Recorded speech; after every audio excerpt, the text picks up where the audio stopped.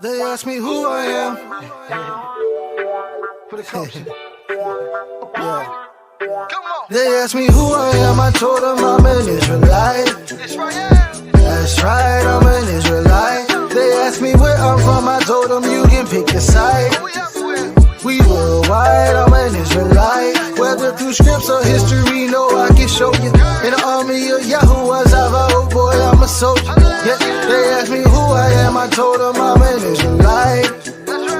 That's right, I'm an Israelite. When I say Israelite, they say you Jewish. Look, don't be foolish. Come get a dose of this mental renewing. See how we brew it, it's just different. Like, for instance, first thing to know, brother, it's a culture, no religion. Talking the bloodline, they say we Jacob children. And yeah, that's a factor, but what really matter, how we living? Given that we gotta get Beseda, that mean in order. For that we got that Torah, some brothers we got Basora. Of course, if some don't believe, but that don't matter today. I ain't tryna throw no shade, as long as we all stay in the way. That 613, we coolin' like palm trees. A couple of that, you ain't a fan, know what I mean? They ask me who I am, I told them I'm an Israelite.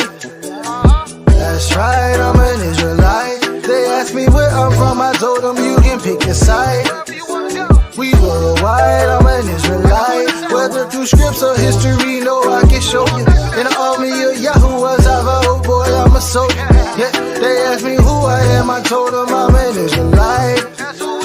That's right, I'm an Israelite. He said that we the light, got no choice but to shine. By the sweat of your brow, now you see why we grind. How we do, and we move to keep that ruach in our midst. When we eat, I got a list. Wanna build, break out them scripts. We don't hate and we don't diss. We ain't worried about another. He called us his firstborn. You can call us big brother. Look deeper and you'll discover. In your movies and shows, truth been exposed. What you know about those captured and sold. The Igbo and the Ashanti. Check out your history, never lost. Ain't gotta find me. Right where we meant to be, rebellion. Led to expulsion, repentance, fix that. Yeah, I gotta get back. I can call them big facts. They ask me who I am, I told them I'm an Israelite. That's right, I'm an Israelite. They ask me where I'm from, I told them you can pick a side. We worldwide, I'm an Israelite. Whether through scripts or history, no, I can show you. In the army of Yahuwah, oh boy, I'm a soldier. Yeah, they ask me who I am, I told them I'm an Israelite. That's right, I'm an Israelite. Hey, we ain't saying this our salvation or nothing, but the Most High just put his name on it, so we represent. All praise. Shalom.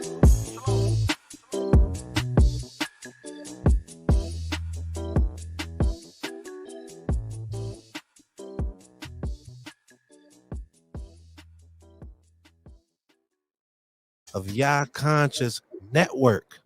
Well, if it's not YAH Conscious, it is not acceptable. ראשית, אני רוצה לתת כבוד ושבח ליהוה העליון, Eloi Abraham, Yitzchak Yaakov. First, want to give praises to the Most High Power, Most High Yah, power of Abraham, Isaac, and Jacob. Welcome to another segment. Shalom, shalom. How's everyone on the panel doing today? So Yes. Hallelujah, shalom, shalom. I like the energy.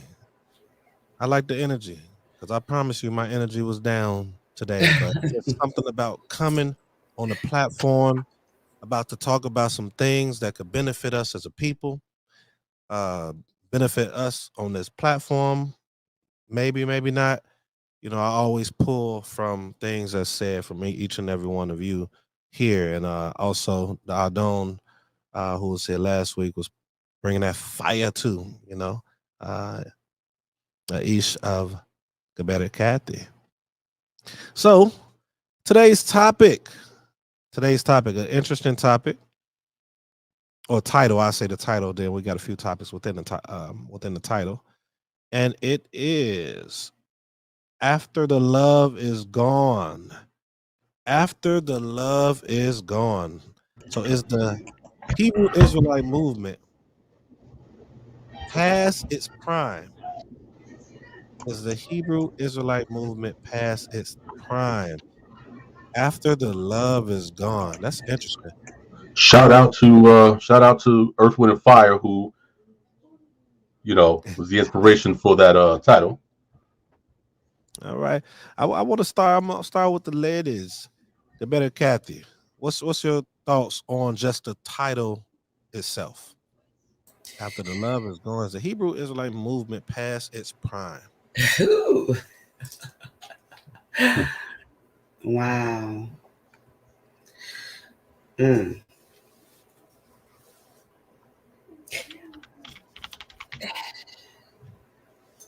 I'm just gonna I guess generalize my statement or my response.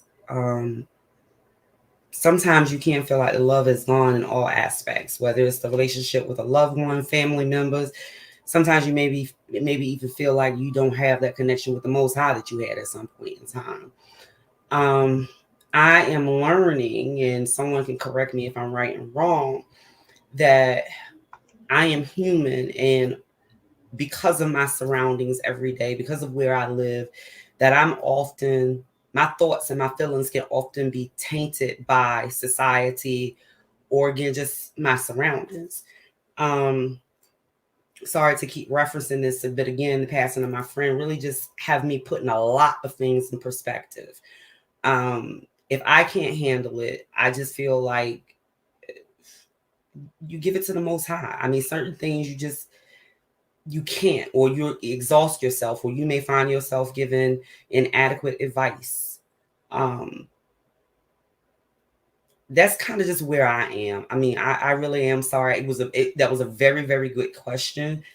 But that's kind of where I am because I recognize that my emotions are um, ill will mixed, if that makes any sense. So I choose not to speak on certain things at certain time because what you're feeling at that moment and what you may say may not go hand in hand. Mm. Okay. I'm gonna pass it to I'll go ahead and go. Let's do woman, man, right? But before we go, I want to let you all know I couldn't help myself to my panel, to my teammates. I went ahead and went live on Facebook. Who cares? You know, if they gonna try to ban us for putting this news out there, then so be it.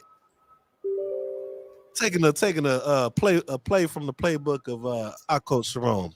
You got to go live on Facebook, right? Uh-oh.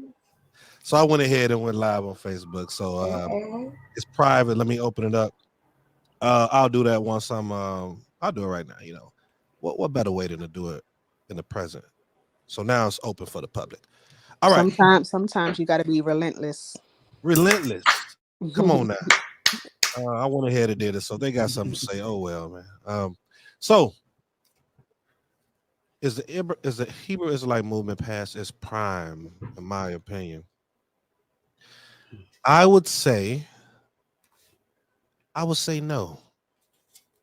First of all, I know why it was worded that way. I really don't like that terminology. I don't, but I get it. I get it. That's what is used, but then it grinds my gears when I hear other people say it. You know, I'm not gonna say who the other people are. I'm like, man, this ain't no movement, man. It's we people. But it's been I think it's been this type of stage in every in a lot of these generations here in America. I think just the difference now is the internet is a beast. So and maybe I'm not really speaking on the topic, I mean on the title too well when I say that, but it could seem that way because now when I listen to people like Chief Prince Zabulan or Gabet Sharon, who has been raised up in this, and I hear how you all speak on how it was versus how it is, I guess it could be looked at in that fashion. So I don't know. We're gonna see when questions come up. We're gonna see. Akko Sharon, what you got? Kane, I agree with you. Nothing. The Hebrew Israelite movement can be past its prime when it's a bloodline. When it's heritage. Mm. Maybe the movement, because the movement, it can, that terminology itself is very commercial. Mhm. It's very commercial. But as far as like the truth of the Hebrew Israelite, no, it's not past its prime. Hey, hey, Chief Prince, what you got? You're muted. Yeah. Yeah, I mean, and you know, when I was formulating this question, I thought about the same thing that you brought out, Chief, and obviously the same thing that I think Rivera Sharon kind of touched on as well. And I thought about, because and I think this is the fact that that Israel is a people, first and foremost. I think that's part of the problem. Mm. And bear with me, because I know that can almost sound sacrilegious. Um, uh, I think when we say something is past its prime, it's not to say that it's over.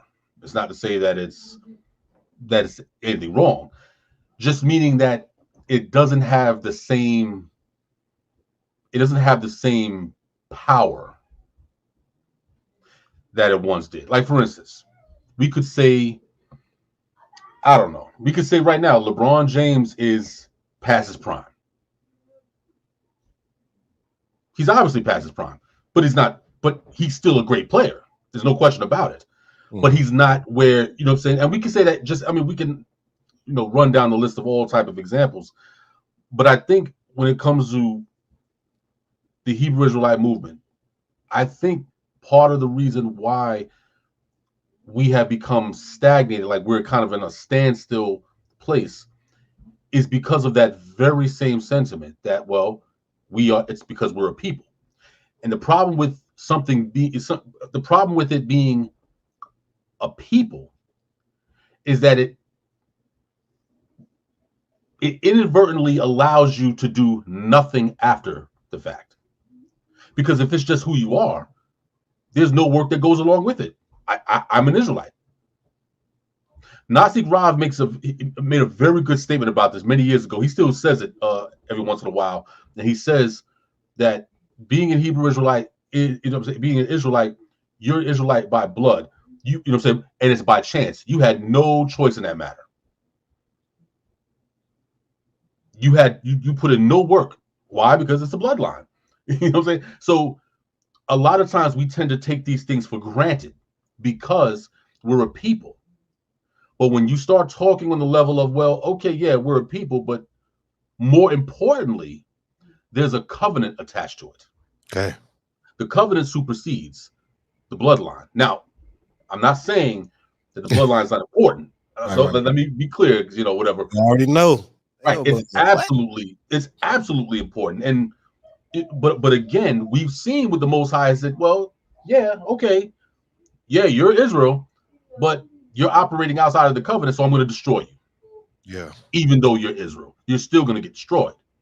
So we know that the covenant and our, the necessity of us working, or or being being kind of like co-workers with the Most High, in the sense that the Most High has given us this covenant and says, okay, I've created this world for you, and I've given you this covenant to go and to teach and to put people in a place where this covenant can also work for them. So therefore, we have a job to do. And many of us have gotten caught up in just being an Israelite by blood. Change.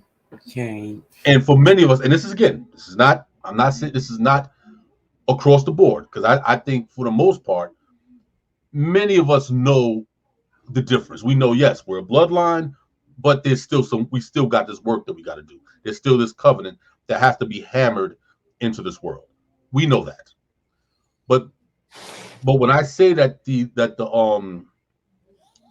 movement being past its prime, that's what I'm talking about. I'm talking about are Hebrew Israelites still effective There in you go. their communication, in their connection with the masses, the way we were in the 70s and the 80s, and especially the 90s? Remember in the 90s, like Israelite, that was just and I think I told you this too, Roche, that I in was 10 certain, years old.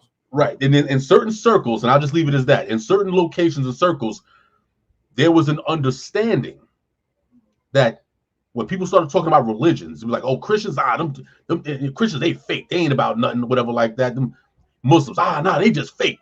They all they do is don't eat pork, but they still wicked, whatever. But then when you brought up the term Hebrew Israelite in the 90s, it was like, oh, nah, I respect them, bro. Nah, them brothers, they be on the corners and they be teaching, those some serious bro. Like there was a level of respect that and I've met people where they be like, yo, I'm not religious and I'm not into all that stuff, but if I was to get into anything, it would be what you are into. All right, let's put some of the smoke out. For those that's tuning in right now, we ain't even started with the first topic yet.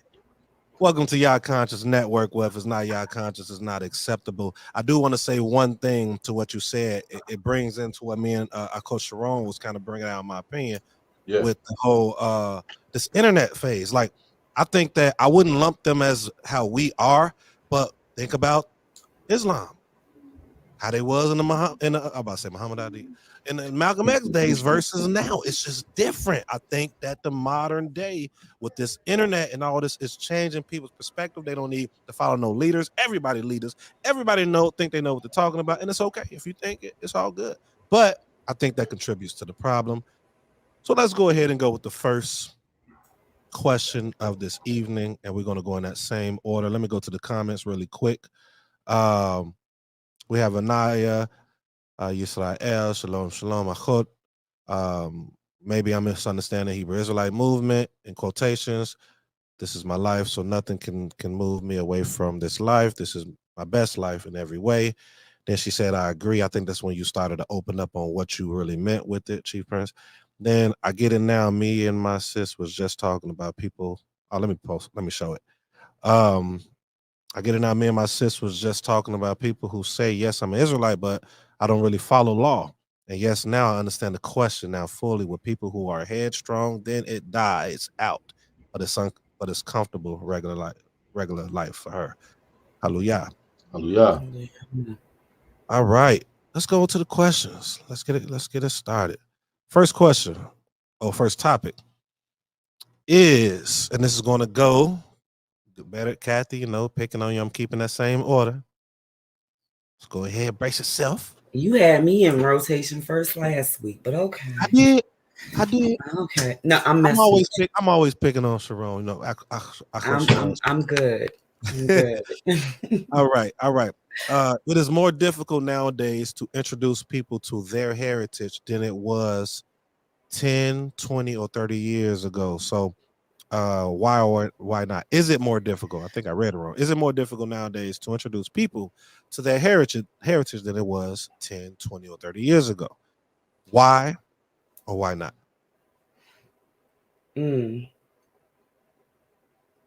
I would have to say that it is more difficult.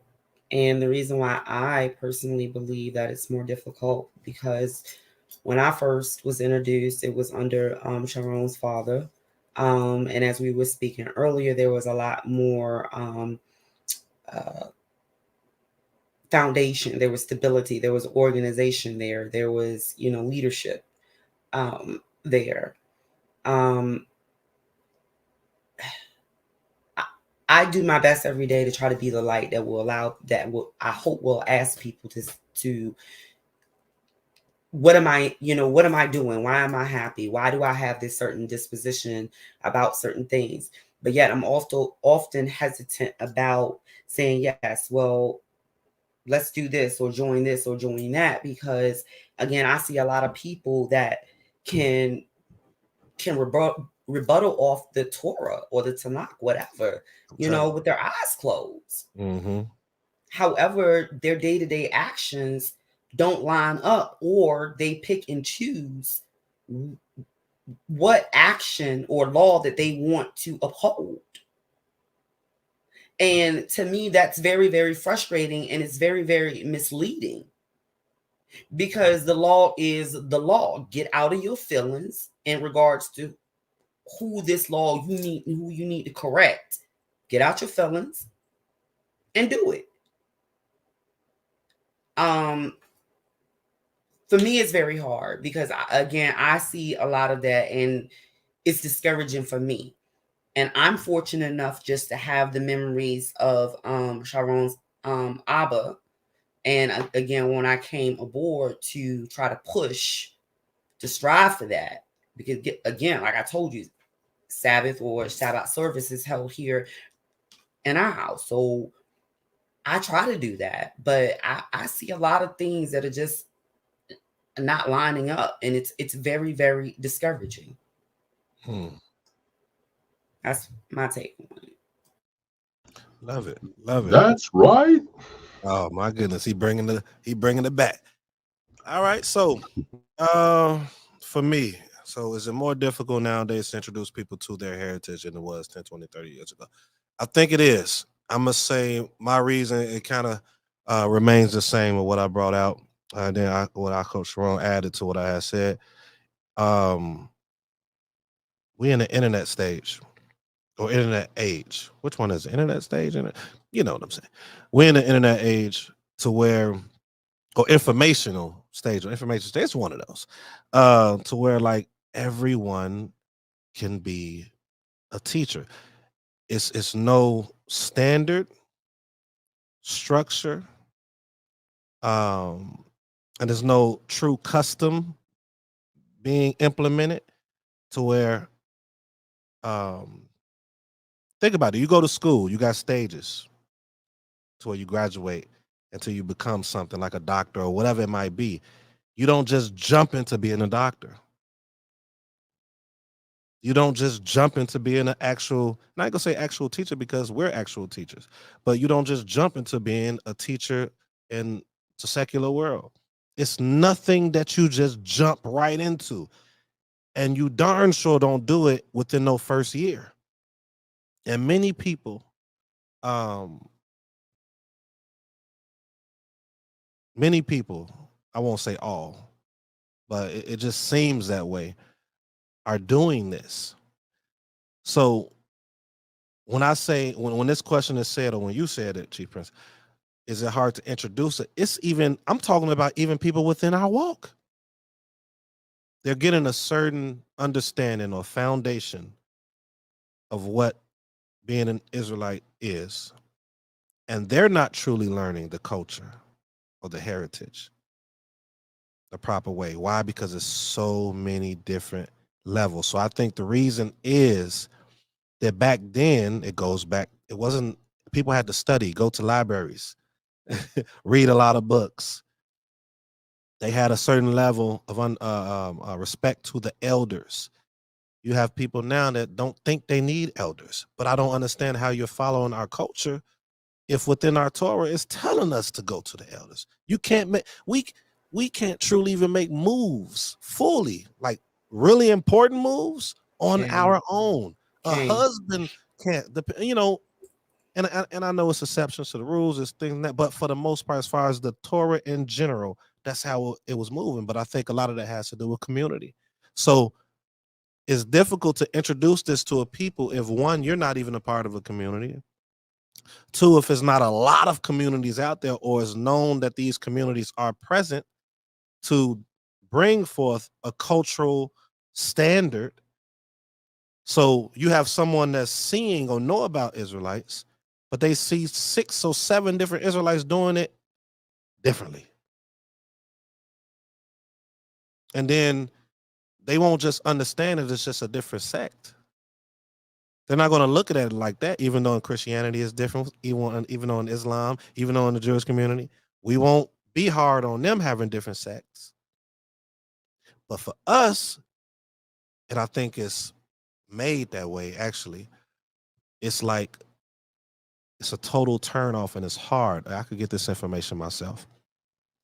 So that's my thoughts on it. That's my thoughts on the reason why. It's a few things. So I'm gonna pass the mic to Achot Sharon. Hey, shalom, y'all. Um, I would have to agree with the rest of my panel. I would have to say yes. It is harder now. Um, because there is no high social value in truth anymore, or should I say, learning the truth of our heritage.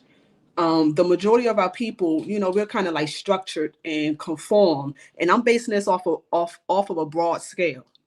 We're kind of like structured and conformed into the concept of ideas now, meaning whatever the truth is, and society pushes this as well. Whatever the truth is, that's just your formulated thought and your opinion. Versus, so now we're in a movement of just be spiritual. We're just a spiritual people, and versus 10, 20, 30 years ago. And I grew up in the era. I'm an 80s baby. I'm all at the end of the 80s. I'm only 32, 1989. I grew up in the era where I used to travel to Philadelphia and certain, camps.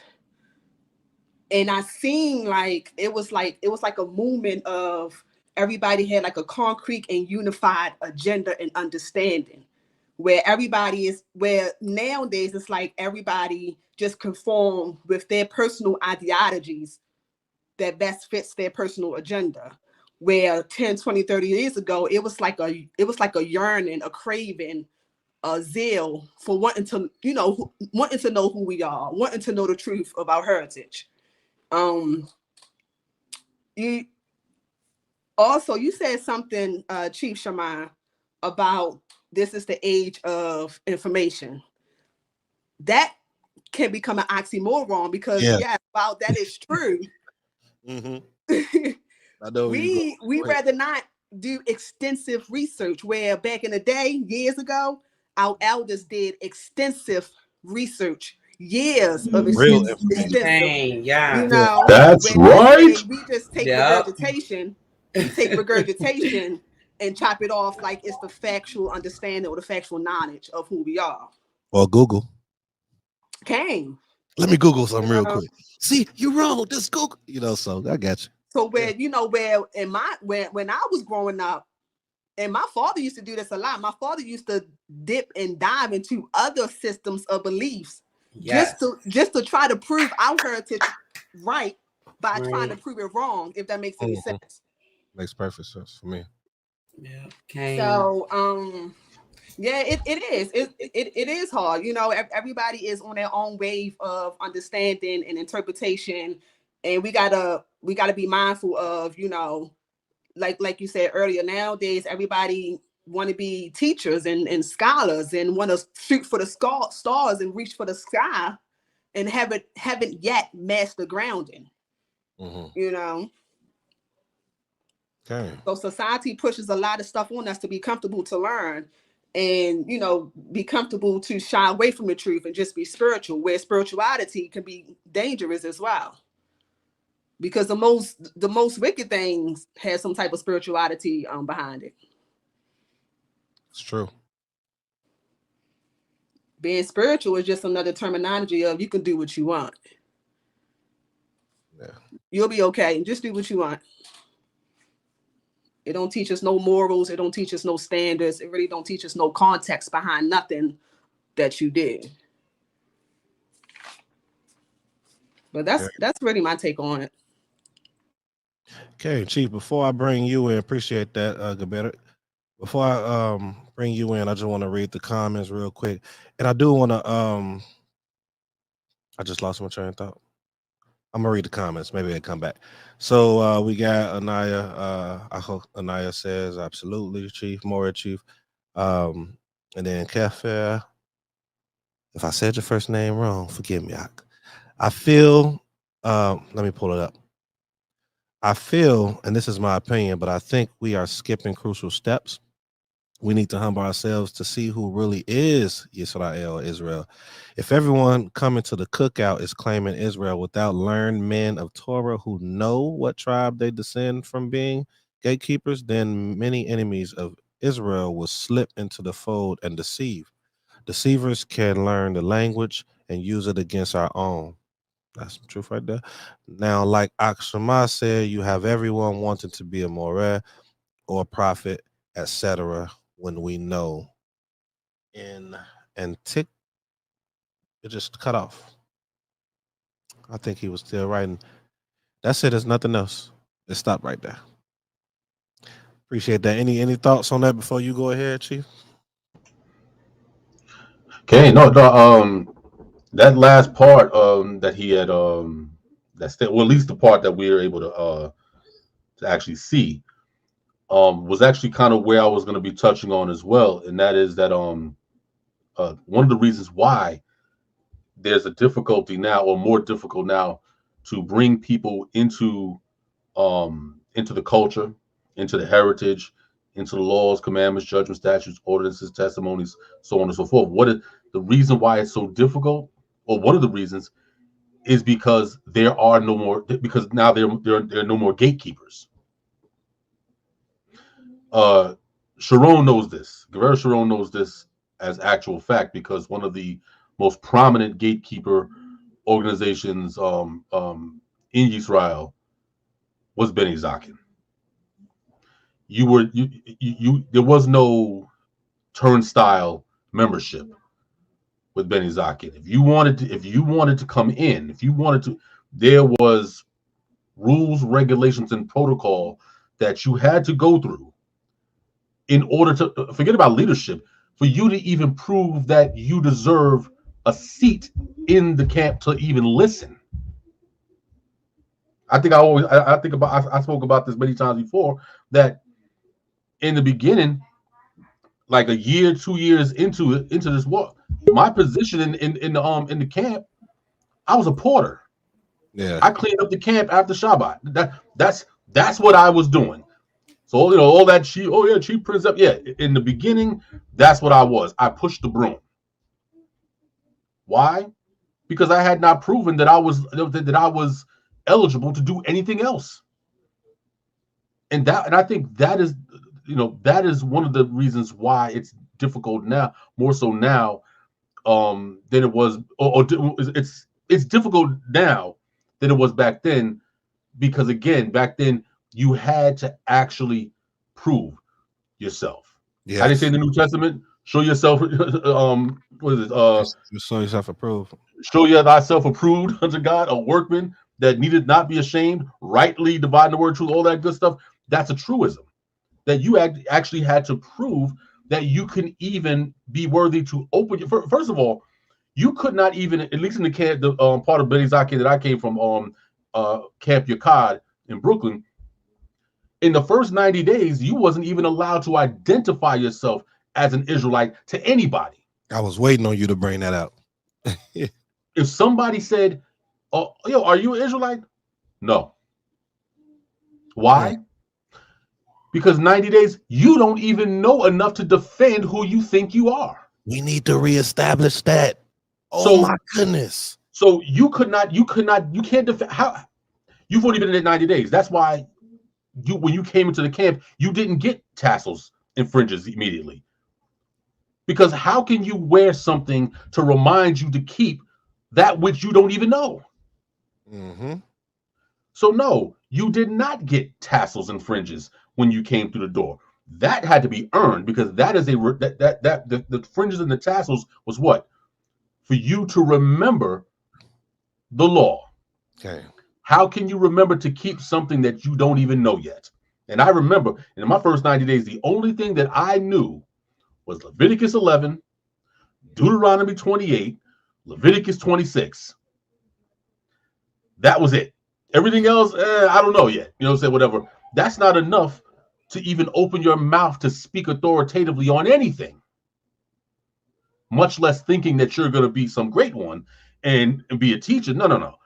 Shut your mouth. And I'm using the exact words of Most High bless his memory, Chief Amos from back in the days. He's like, no, shut your mouth, sit down and listen, because you're not eligible to talk yet.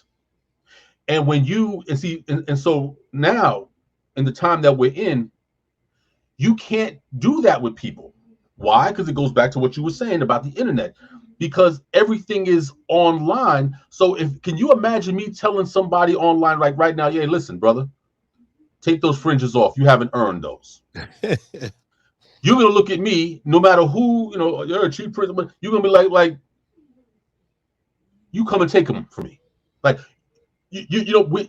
there's no more respect, because you know that for the most part, I can't get at you. 20, 30 years ago, everything was face-to-face interaction. So when an elder said, take those fringes off, it was either you took them off or the zealots or SOG would come and remove them. Why? Because you have not proven that you are on a level to where you're able to open your mouth. Period. That's what makes it more difficult now, because now there's the level of accountability is different. Because people can circumvent accountability by simply never seeing you in real life. That's right. That's correct. So I mean, there's a lot of other reasons, but again, I'm not gonna, I don't want to, keep going, whatever. But I think that's where the difficulty really lies, or part of where the difficulty lies, because everything that everybody brought out is equally as valid. But I think that the accountability and knowing that you had to prove, okay, yes, you're Israel, okay, yeah, Deuteronomy 28, all right, fine. Leviticus 26, fine. All right, you're Israel, okay, cool. But that's your bloodline. You had no choice in that matter. There was no work put into you being an Israelite by blood. So that's irrelevant. What is relevant is now, how are you going to represent the Most High on earth? When you go to people, when people see you, do they see the Most High here and now? Are you representing the Most High correctly? And how do you represent the Most High correctly? And if the elders in your camp, whatever camp you were from, if the elders in the camp did not see you as a viable candidate to represent the covenant, you did not go out of the camp and teach. You didn't identify yourself as an Israelite. You did not pull out your Bible or your Apocrypha. No, you don't do none of that, because it's like putting a gun in a 5-year-old's hand. You ain't ready for that. You ain't ready for that type of firearm. No. Because ultimately, it's going to make everybody look bad if you misrepresent. Absolutely. So that's the reason why. Now think about it. I'm going to try to make this point, as quick as I can now. Think about back in the days. And I know, even though some people, they have their issues with ISUPK, back in the 80s and 90s, whatever. But think about when ISUPK was in their prime. People didn't just roll up on ISUPK wanting to debate, because those brothers, the only brothers that you saw out there were brothers who were already grounded. They had already went up the hierarchy in ISUPK. They were 5 shield generals, 10 shield generals, 12. I mean, they went through their schooling, so that, first of all, for them to even be outside, you had to actually go through a process just to be a reader. Forget about teaching. For you to even open your mouth to read out on the corner or whatever like that, you had to be schooled.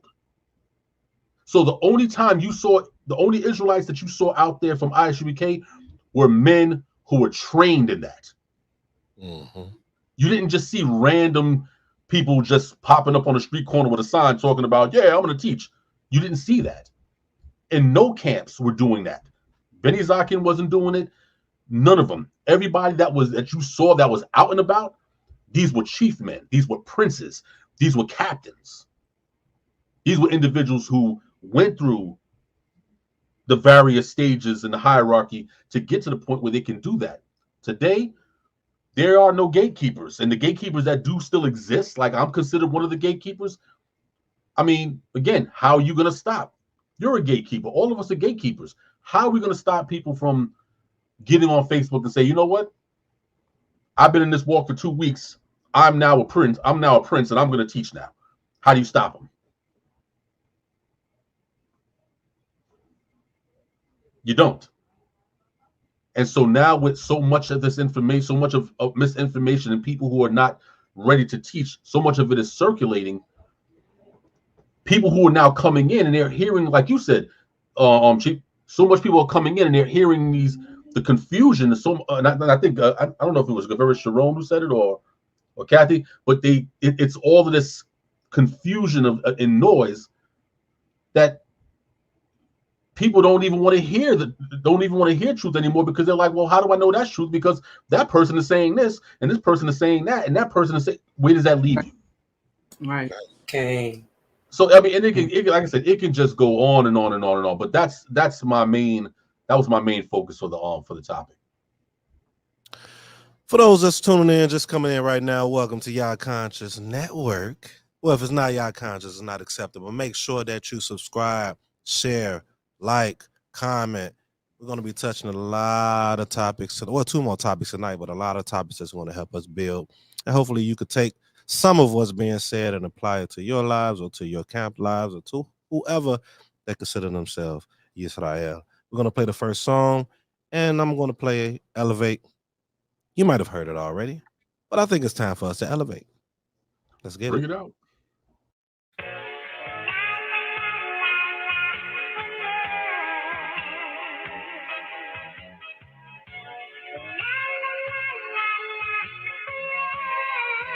True shit. Juice shit. I got How about the elevation? This is elevation and it's fine. Elevate,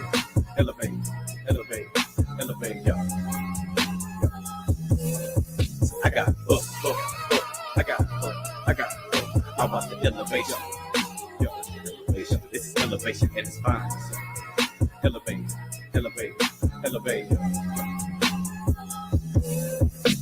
I got elevated, came so far, I feel like I should celebrate it. It got hard, but I just got more dedicated. With no cars in my lane, I accelerated. I did hella waiting, y'all been hella faking. Got the juice, you look a bit desiccated. Got the truth, why you looking so devastated? We won't make it morally educated, heaven hella gated. I'm like, hey, I could have been dead in prison. One of the few that inherit the wisdom. The children have risen, the wicked go missing, cause they know we're coming, ain't no competition. I follow what's written, looking for immortal portals. I'm coming back in apparition, coming back with bad intentions. Just hear a prediction, they won't get the show on The Simpsons. I just found a key to salvation. Israel is building up another foundation, taking reparation. I hate to see you wake up out of the matrix. Out of sedation, psychedelic flow. I can't speak hypothetical or theoretic. It's more like prophetic. They tell me forget it, but I can't let it go. I go for what I know. I know that the truth give me freedom. I know it's the time for the sowing and reaping. I know correction come in due season, so I just stay focused on planting the seed. Gotta get rid of that pollution, no confusion. I'm on that true shit. I'm on that type of shit to start a revolution. Y'all come through with our solutions. I got up. I got How about the elevation? This is elevation and it's fine. Elevate, y'all. I got How about the elevation? This is elevation and it's fine. Elevate. Yeah.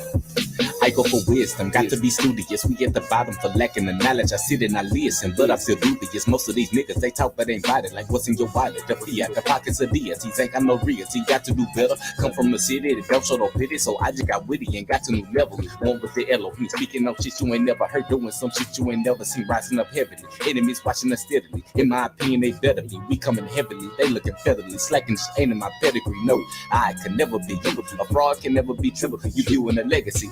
A part of me be like part of me. If you not hearken me, then move left. Even stardust me to watch the majority why they bargain me with death. I have faith in the word being true. Firmly I rest in the love of the Father. Yes, the Amuna, Devaka, Amet, the God be a Nati, by Avacha. I have the passion. I go for life everlasting, way beyond what you imagine. This ain't no magic. Don't need the cash to be flashing. Pack it, but don't wanna blast it. My music get you losing, no delusion. What you choosing? What's that power that you're using? Will it bring life or will it bring you to ruins? I got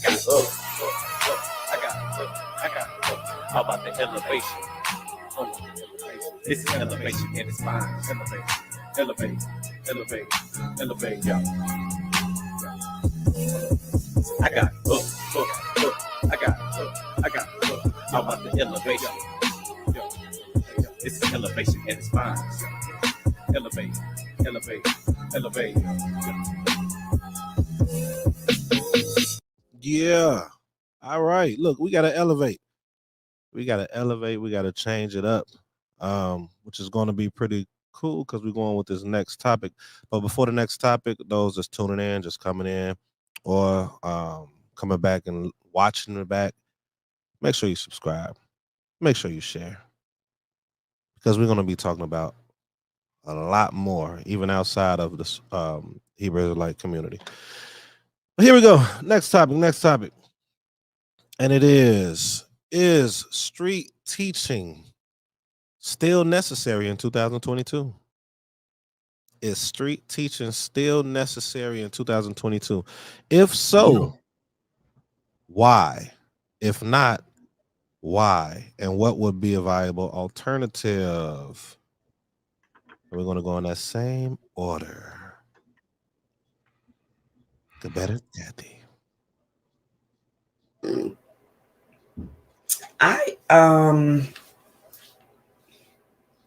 I personally like street teachings for the ones that are not, trying to be critical of people because of their nationality and initially calling them blue-eyed devils and things like that. I just don't think that's the way that we attract people. And the reason why I say that it's important is because if here in Baltimore, if we have squeegee boards, which are people, little kids that stop and clean windows of people's cars at, the stoplight. If they're out there, I think we need to be out there. And especially in this day and time, in the way that things are going, I really, really do, because it seemed like, and you tell me if I'm wrong, right or wrong, it seemed like we're a secret society. Like, seriously. You don't know about this camp or you don't know about this until you meet someone and they introduce you to this. I mean, why is that? But you can Google online for all of, Baptist churches, Catholic churches or whatever, and they're predominantly there. I mean, why are we so far in the cut? So yes, I do think the street teaching is still necessary to today. Again, I think it would allow us a lot more exposure. Again, on a positive way. Is there an alternative to it? Again, you referenced the internet. If you do that, I mean, we could build our own platform, but you're still going to have people that are seeking their own answer. You can give people all the information you want or give them the links, and they're still going to do their research to try to find what they feel they want their answer to be.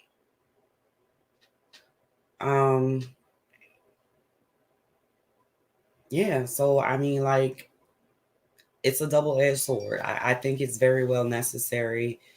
But again, it just goes back to also what I was saying previously, that, our mouth and our hands and our feet need to line up when we take these sort of stances. It can't just be talk. Because again, you're out there, you're soliciting people. And when you bring in anyone that decides they want to, turn their faith, do whatever, we gotta be ready. We have to have everything in line. You can't be inviting people to your barn and things are not ready. So that's my take on it. I hope I answered it. And I is there the alternative that I mentioned? Like I said, there's internet, and I just think that's just too loosey-goosey.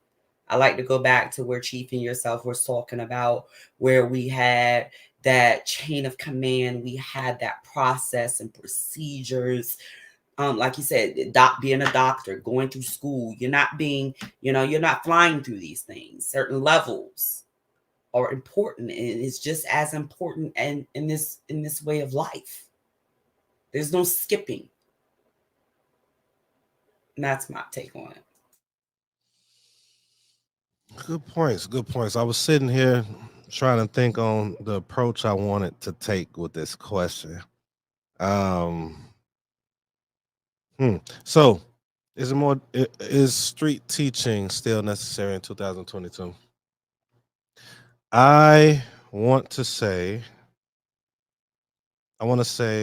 okay, before I say it is, I just want to bring out when we think of how we grew as a people and how certain things that took place we had to adapt and kind of like adapt to the times but still come up with methods that can help us still thrive. Me and Chief talk about Rosh Nasik talk about this, Chief Prince talk about this often, how, and this is a different topic, but just to bring it out, Chief had brought it out to me. We was talking about how you have Proverbs, then you go into like Sirach, and then you go into like the Mishnah, and then you go into like people like Chief Prince, who's written lots of books, and then myself that's going into that fold as well. And I'm in a different time than Chief Prince was, even though we're still in the same time. It's just growth according to the time. So some things have to be tweaked a little bit. I think them street teaching in the 90s and early 2000s, the effect is a little bit different with 2022. Does it still bring people in? Yes, I believe it does. But I think that, like I was saying earlier with the information stage, and that wasn't to say that the information is right. It's just information out there. And us as a people, when we truly look at how Yisrael is, has always been, and you all always hear me say this, a remnant of a remnant. You always hear me say that. Why am I saying that now? Because we tend to go to what is more attractive. So if you have brothers and or sisters that's teaching this stuff, well, to stay in context, normally you just see the brothers out there, and it's for a reason. It's for a reason. Now I'm about to go into something else. A lot of people don't like the brothers that do the yelling and have this military side. But I think that all of that is needed. And I think Chief has said at one time, like it's like we're looking at how we can probably grab more people if we're more balanced with them. And I agree with that. I'm big on balance, house of balance. Bayit Ma'azan is actually my ministry. But you have somebody like me that could get down with the best of people when it come to fighting and all that. Like I could do it. But I wasn't the ones that claim to be street, even though all my family is. And I was there often, but I wasn't one of those that just had to try to get into some street stuff. Will I relate? Well, I probably will. I probably still relate. But it's some people that couldn't be able to relate to those guys, and they'll be more, the guys that's more like them that went from that will be more relatable. What am I trying to get to? I think that it's still needed. I think it just needs to be a little shift with the times to be more effective. And that's why I brought up Islam. Islam, or a nation of Islam, I don't think it's the same as it was, like with the Malcolm X going into the early Farrakhan days. I mean, correct me if I'm wrong, you all. It's not the same vibe. It's kind of like when you go to Ezra. I think it was Ezra, when they said something about they saw the temples, putting the temple together, whatever, and they just cried like this is not the same as the temple back then in the slow-mo days. Am I wrong or am I right? So it's like I think that it needs to be a shift with the times, but I do think it is needed,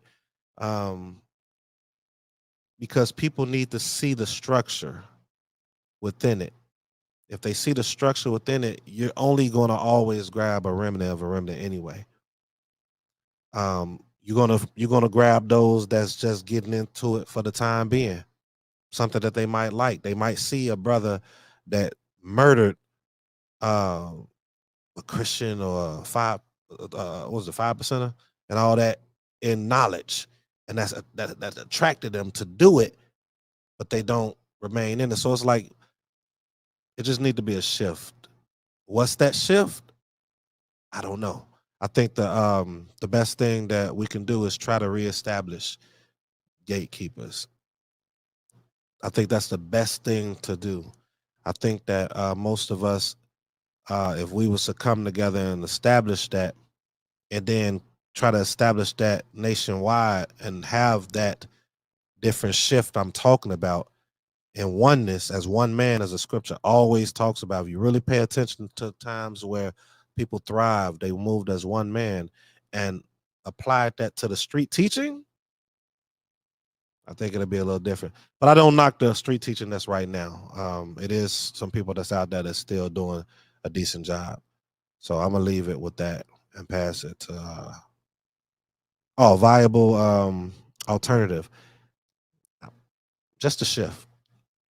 What that shift is, we have to determine that, but just a shift with the times. The street teaching is still necessary. I'm gonna pass the mic.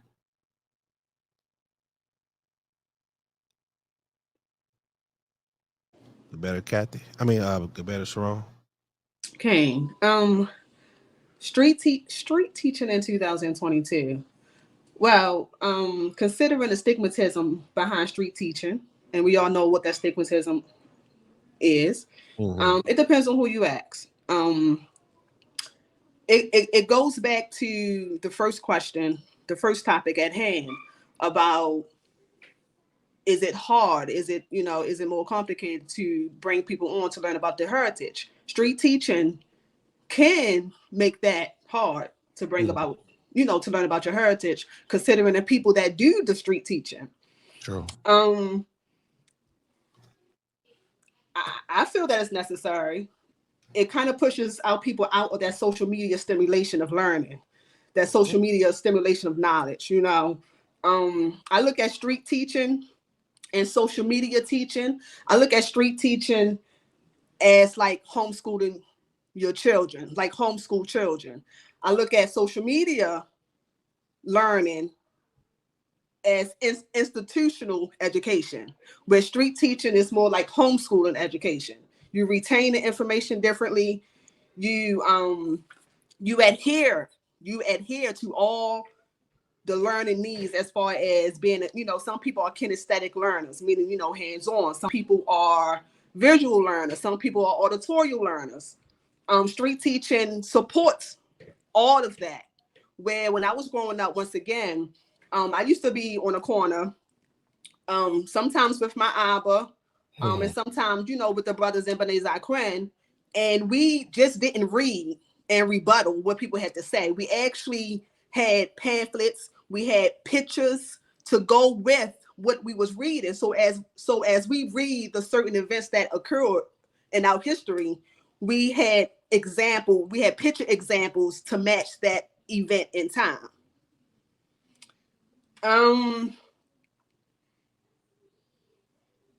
I feel that's necessary. That's really all that I have to say about that. I don't see anything wrong with street teaching. It has a different tone. You can tone it out differently. You can reel your people in differently. You can kind of like assess all the advantages of someone learning when you street teach versus it being taught, via social media. Because a lot of times via social media, it's just a lot of visual learning. You just reading what other people are saying. You're not really. And I'm speaking for myself. Like I'm a visual and I'm a kinesthetic learner. I need to see examples. I need to see pictures that match these words. Also I need to be hands-on. So I will always support street teaching. Okay. Good points. What you got, Chief Prince? What you got? Yeah, this subject came, it came up from a discussion, not necessarily a good discussion, but it came up with from a discussion with a certain contemporary of mine, where this was like it was a back and forth thing, because we understand that, let's be honest, nowadays, when the people that are now teaching on the streets, they're not always putting Israel in the best possible light, for whatever reasons. I mean, there's obviously there's different reasons, but the individual was like, yeah, street teaching, we don't need it. It doesn't serve a purpose. And I said, well, I don't agree with that. I said, and the reason why I don't agree with that, I said, it's just like the military. Can we say in the military that, well, we can do, as long as we got the Army and the Navy, we don't really need the Air Force? Like, nah, because what happens if the enemy comes from the sky? What are you going to do? You're just going to take what, so we understand. I said, and so my point in making that reference is that there's always going to be a need for street teaching. Street teaching is like the Army, as opposed to the Navy, Navy, Marines, Air Force. You know what I'm saying? It is the ground floor of the military. That's why it's so easy to join the Army. You don't see people just every day saying, yeah, I'm going to join the Marines or the Air Force. Like, nah, there's you got to really be on a certain level to get into those levels of the military. But the Army does what? They actively recruit. They'll take anybody in, as long as you pass a certain level of fitness or whatever like that. They recruit in that way, because that is the sifting process. Street teaching does the same thing. It takes people off the street, anybody, brings them to the initial knowledge of the walk or whatever, and then from there, you can start sifting through. You can start looking at how they move and say, okay, well, he's not really there yet. So it is the first portion of reeling people in. You're always going to need something and somebody to get people on the ground first. Chief Prince, it's funny you just brought that out. We got Darrell. He just said shalom. He said he's on point with that one, and he currently in the military. So I guess what you're saying is true.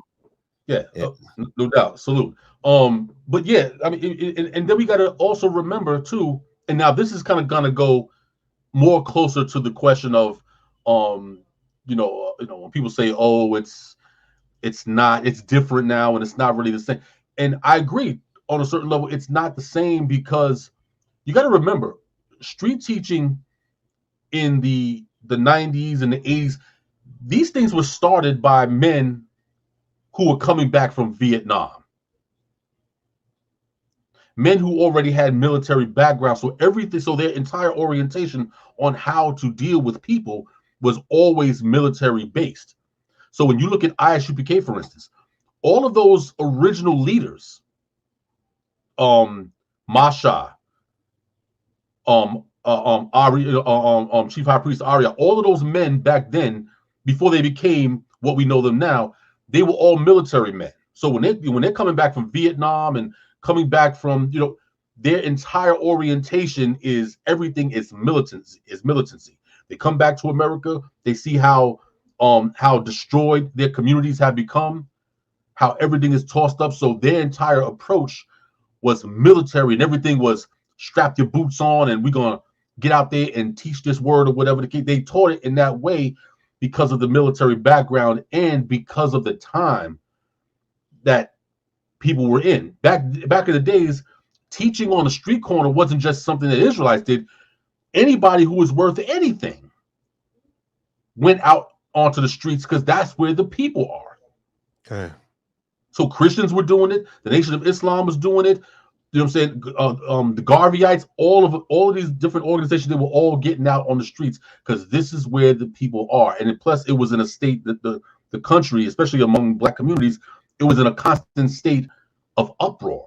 So people were always looking for that next guy to give them direction and say, okay, we're out here in chaos. What should we be doing now? What is the next step for Black people? And this is when this is where the Israelites stepped in and said, oh, we'll tell you exactly what the next step is.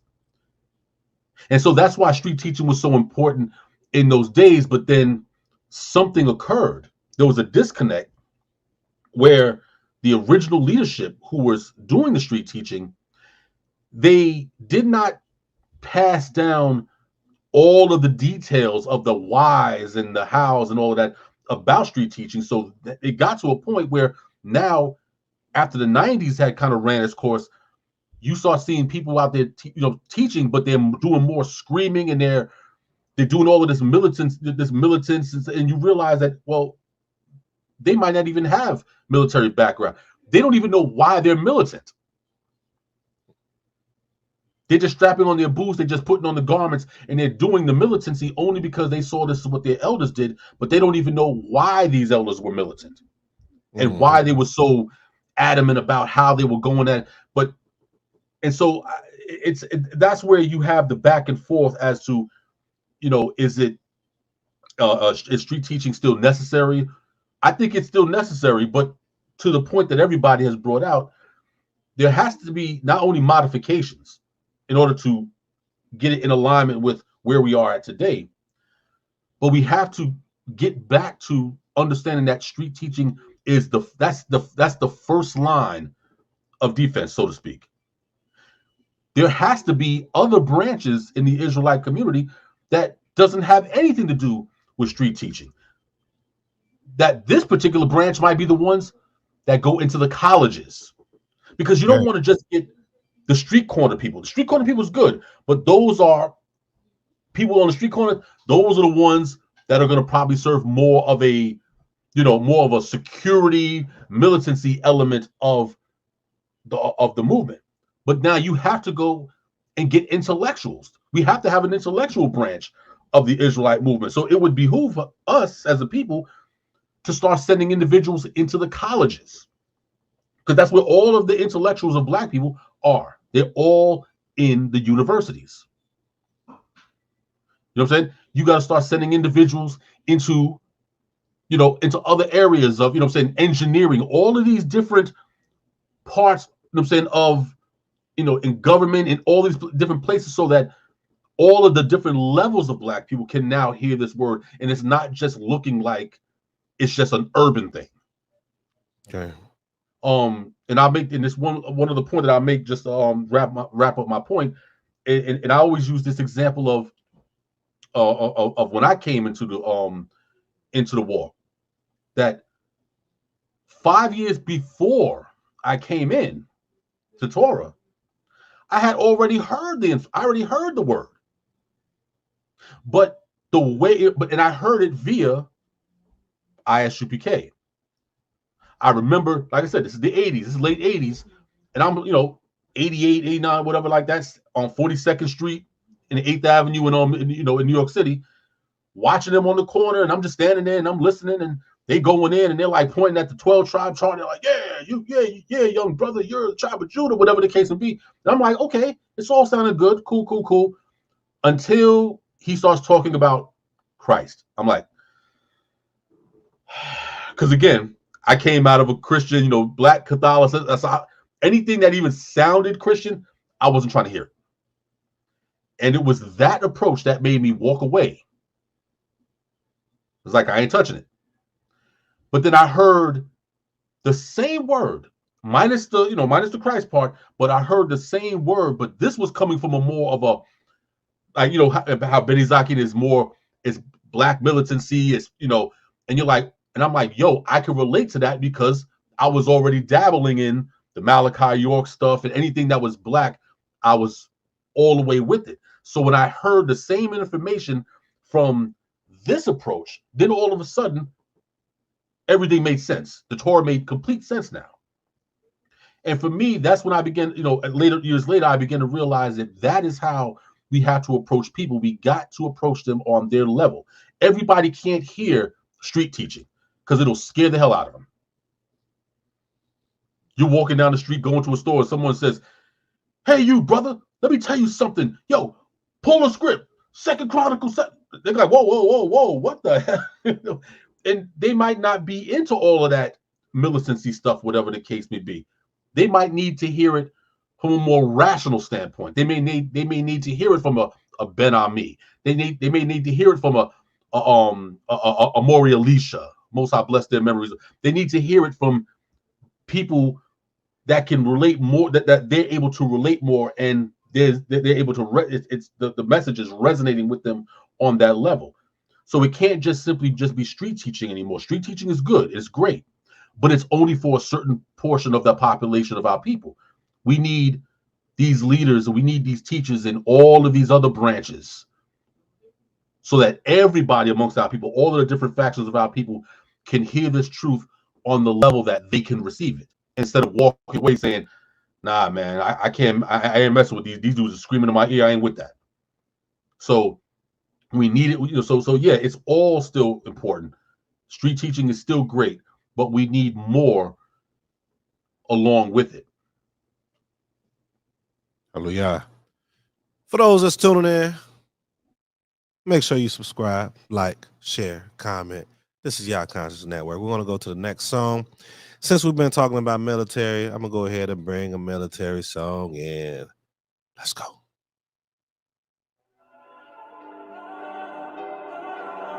Yo, why, yo, why,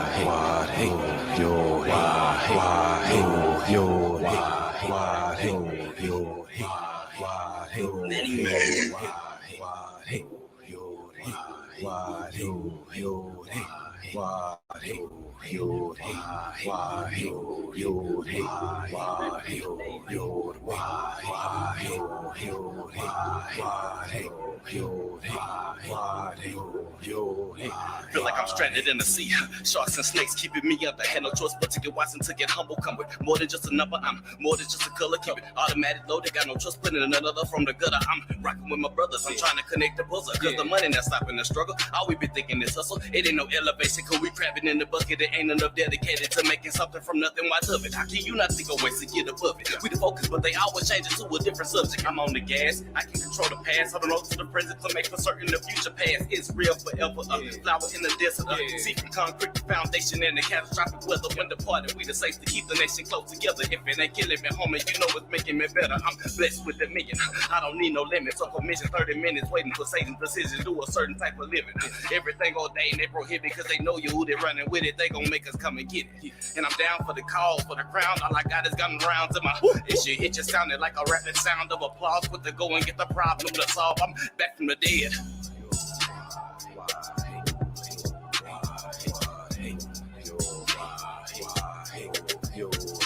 Back from the dead.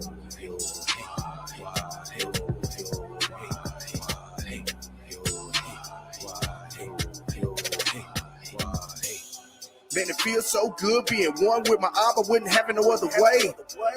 People looking at me strange, see the tassels on my garments like, man, dude, change. I sure did, cause I know who I am, got a whole nother job, so I had to flip the name. Working for my daddy, yeah, we run a family business, he created everything, so you know I'm spoiled, man, but it don't come for free. I gotta obey, yes, rules to this life, gotta do what he say. Keep the laws and commandments and do it out with joy, cause it really ain't a thing. One time for my nation, quorum Israel, doing this work for the Father. 2 times for my Akeem stuck in jail. Just thinking, man, why even bother? We gonna build up this kingdom and start some community somewhere for you to escape to. Just milk and honey, no additives. We keep it pure with no mix-up. We don't do what they do. We set apart. Gotta get back to the culture. They wondering where we gon' start. Something gets hard, and it probably is, but we gotta do it. It's time to unpause. Cause it ain't true for us to be at the bottom. We the tail supposed to be the head. But them the curses of our forefathers. Now we got a chance to live instead. Getting ready for these more demons. Amikra Kodesh Imish Party, Yahuwah Elohenu, Yahuwah Akkad, the only one that ain't no copy. Am I making a living or taking a dip? If either may breaking my people, we breaking ourselves. We give the credit to ourselves for creating a dead. If we ain't got knowledge of power, we don't get the respect. Too busy repping the said, follow Yehudi, we next. Treated the worst from a curse, but created the best. We got a beast, a gorilla, a Hebrew, they go iller. I'm shooting, I get no blocking, not even from gold tenders. Messing from a bullet that they give you the cold shivers. Walking with your hobble, watch your enemies fold quicker. A chosen nation, still penetrating after 400 plus years of decapitations and still rising. Showing all the blinded, speaking to the deaf and waking up the dead. Perfect time, and I rhyme it to acknowledge and to get the acknowledgement. Dying for the most prominent, speaking to killing fraudulent, I'm meek.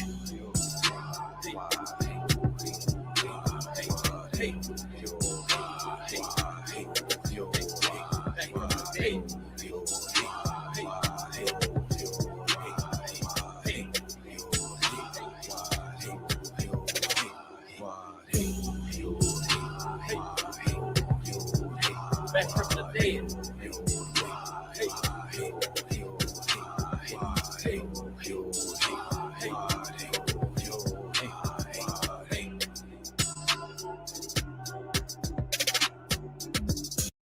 I had to cut it off, y'all. But that was that military joint. You who the gang? Y'all know who it is. That's hard. YAH Conscious Network. We got our last topic of this evening. And then one last song, a surprise song we're gonna play. But let's go ahead and get it started. Knock it out of the park like Sammy Sosa or Mark McGuire. Barry Bonds, brother. Barry Bonds. Or Barry Bonds. I was about to knock them all out. I was gonna name a whole bunch of them. Show some respect, brother. All right. So last topic. With all of the various camps and congregations having differing doctrinal views, we need to ask, what exactly is the truth that we say we're teaching? Is it an absolute or is it relative? Cabaret Kathy, what's your take on that? I think Cabaret Kathy has stepped away. Did you see the message in the Oh, I didn't. Okay, yeah, we have to our prayers go up to her and her family. Keep her in the prayers, family. Keep her in your prayers. All right, then. I guess I'll go ahead and take the question then, and we just keep going in the order that we did. I'll take the question. So, with all of the various camps and congregations having differing doctrinal views, we need to ask, what exactly is the truth that we say we're teaching? Is it absolute or is it relative? All right. Some people will like what I say, some people won't. I always say, well, now I have been for the last few years. I believe there is a truth. I always say so-called truth, but I try not to say it too often because I don't want people thinking that I'm going against what we all are pushing towards and what we believe to be truth. We do know Torah is truth. The Most High YAH is truth. But we begin to add to what it is due to the lack of, as we have said, gatekeepers, those that are more seasoned, staying contextually invested, culturally invested. But even that can be iffy because even when you go back to the first century, me and Chief Prince always talk about this. They had differences. And what Chief Prince would say is, and they spoke Hebrew. So for me, I believe that it's relative when it comes to moving on your own. I believe it can be viewed as absolute in a sense of when you're in the community of people that are following it on one accord on what they gathered from what we call the Torah. and it has been living constantly within their community, not something that just lasted for a year or two and changed, something that was just substantial. So I believe it can be absolute in that form. I believe it becomes relative a lot of times when we're moving on our own and we were moving with a small knit group of people. Um, but even then, that could still be absolute depending on how invested they are. So this question is pretty broad. It's like so many ways you can go with it. That's my take on it. But I always say I revert to, what is it? Let me see if I can pull it out, you all. I think it's like Psalms 25. It's my favorite. I think it's my number one scripture. I think it's Psalms 25. I'm about to go to it really quick. Should be Psalms 25. If it's not, shame on me.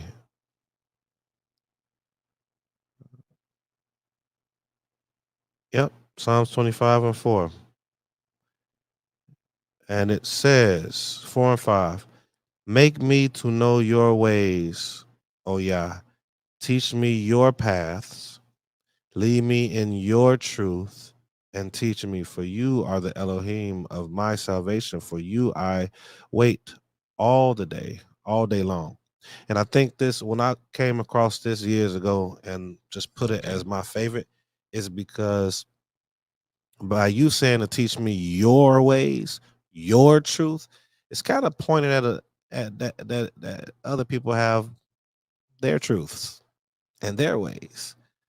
So he was focused on, or the scripture to me is, I just want your truth. I want to make sure if I can just go and understand that some decisions that I make, some things that might come across my mind could just be from me. So let me make sure I put it in that fashion, and let me align myself with individuals that are similar, if not almost identical, to where it can become an absolute for us if we have longevity in our path together, and it's rooted in the Torah.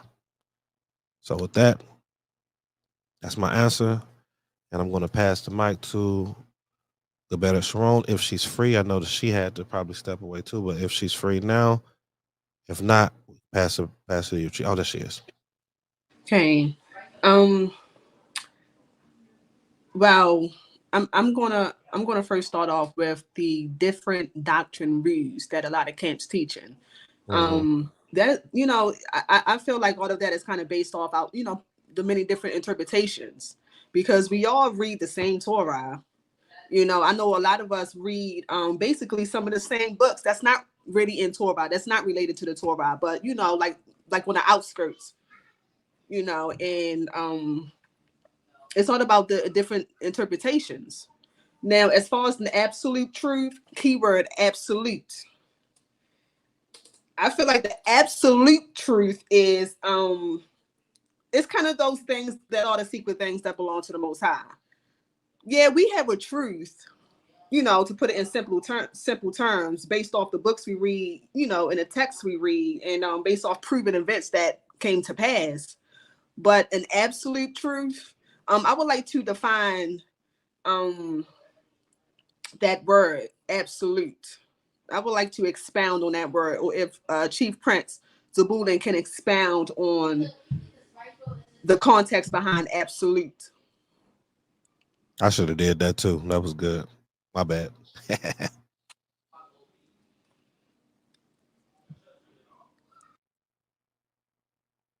Are you talking to us, or are you talking to someone else? Yeah, you were muted. Yeah. No. Yeah, I was gonna say let's get it, because I'm gonna go from one of my favorite online dictionaries. It's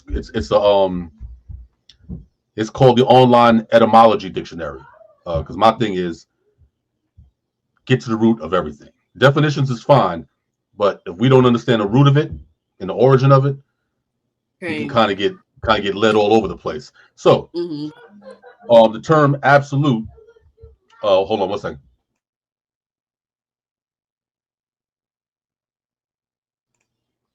So, absolute, adjective, late 14th century, meaning unrestricted, free from limitation, complete, perfect, free from imperfection. Also, not relative to something else. From the Latin absolutus, past participle of absolvere, to set free, acquit, complete, bring to an end, make separate. From ab, meaning off or away from, and solvere, to loosen, untie, release, detach. So obviously, this is that's the origin of it. Um, of course, the philosophical definition is to suggest, in the same vein, that it's something that is beyond anything that is beyond human tainting. Cain. Something that is clear that even if man wanted to change it, he couldn't. Okay. So, well, I was gonna say something else, but I'm gonna save it till my part. But yeah, but that's the definition. That's Can you post a dictionary link when you get a chance? the dictionary or this particular the particular dictionary that you use to define your words. All right, I get to get to the root of your words. Absolutely. I'll post it in the private chat, and I'll try to post it on the YouTube as well, just so that others can get at it. So that's the definition that is that's given on from the online etymology dictionary. So I don't know if that's gonna go further. No, Kane, that works. That works. That actually makes me marinate on my answer more. That actually gives me something to think about now that you define the term absolute, the origin and the root of that specific word. Okay.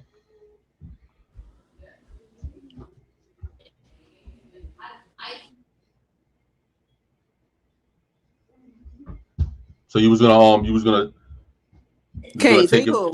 Say who? Mm-hmm. No, I was saying you was gonna build on something further with it. No.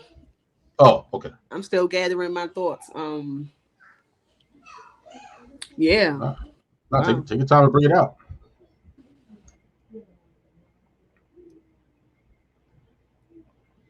Is Shushima there, or he might have stepped away? Because I'm sitting here thinking, what really stood out as far as the you reading the definition of it, the origin of it. What really stood out was the truth, something that is beyond human taint, being tainted. Right, and that's the again that part right there. That was a philosophical definition, like based on the definition, the grammatical definition in philosophy. This is how they explain something as absolute in reference to like theology or whatever. They'll say, well, it's something that is true and it is beyond human tainting. That even if a person wanted to alter it or change it, they couldn't because it's that right because it's absolute. Right. Okay. But that definition is problematic too. There's some difficulty that comes with that. But that's the definition though.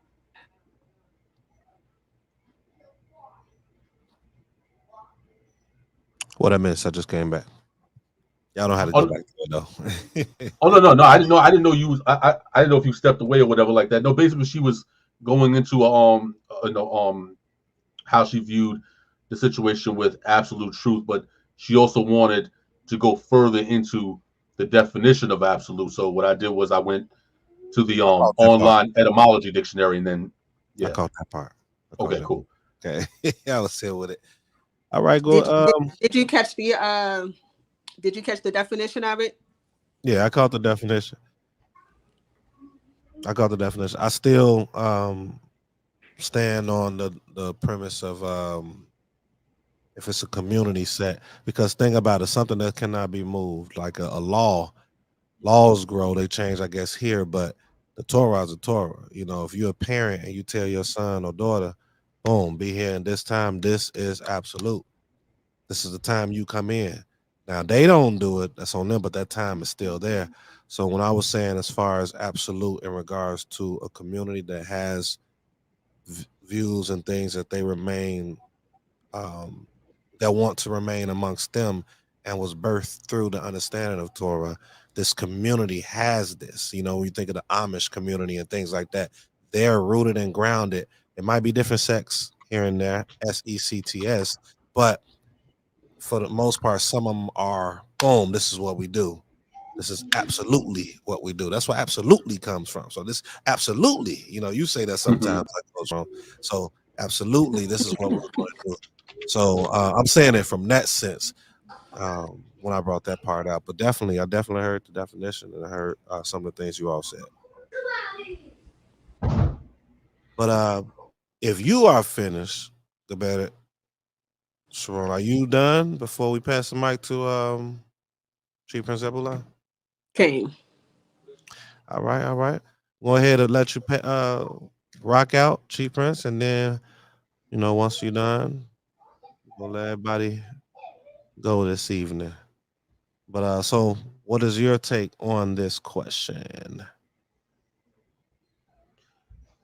Yeah, this has been an ongoing issue in Israel, and I think in part it's because I don't think we really